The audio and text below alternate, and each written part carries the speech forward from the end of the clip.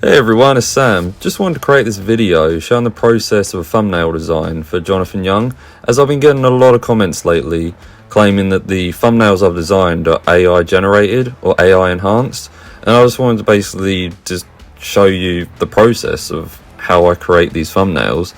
As you can see, I've got a photo of John that he sent me. I've edited it in Camera Raw within Photoshop. As you can see, that I've just done with the ship in the background.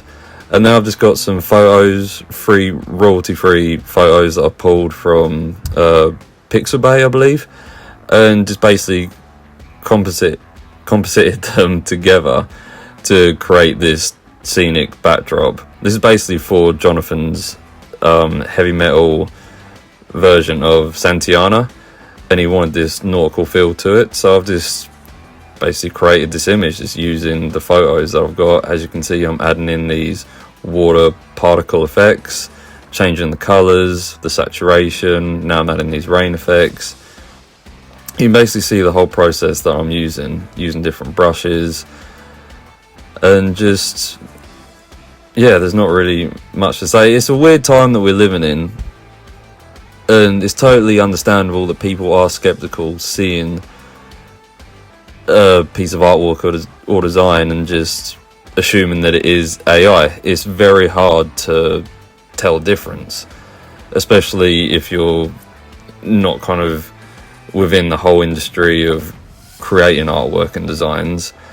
And yeah, hopefully this proves that what I do is all created in Photoshop. I don't need AI to help me make any of these designs or illustrations. I've been a professional illustrator and designer for over 10 years now. I've been drawing ever since I was a kid, and I basically know Photoshop like the back of my hand.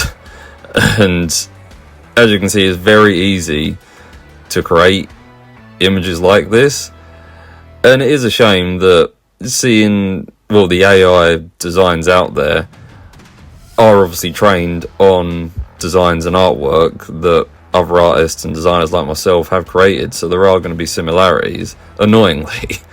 But, you know, hopefully this proves that what I'm doing and what many artists and designers are doing are just created in Photoshop. And yeah, hopefully this proves.